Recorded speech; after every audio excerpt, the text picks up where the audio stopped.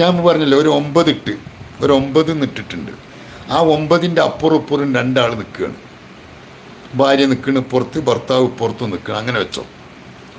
ഭർത്താവ് പറയുന്നത് 9 ഭാര്യ പറയുന്നു 6 അല്ലേ? എന്നിട്ട് രണ്ടുപേരും വഴക്കൂടുകയാണ്. ഭാര്യ പറയുന്നു അല്ല ഇത് 6, ഭർത്താവ് പറയുന്നു അല്ല ഇത് 9. രണ്ടുപേരും വഴക്കൂടുകയാണ്. ഒട്ടുമിക്ക ഫാമിലി പ്രോബ്ലങ്ങളും ഉണ്ടാകുന്ന അങ്ങനെയാണ്.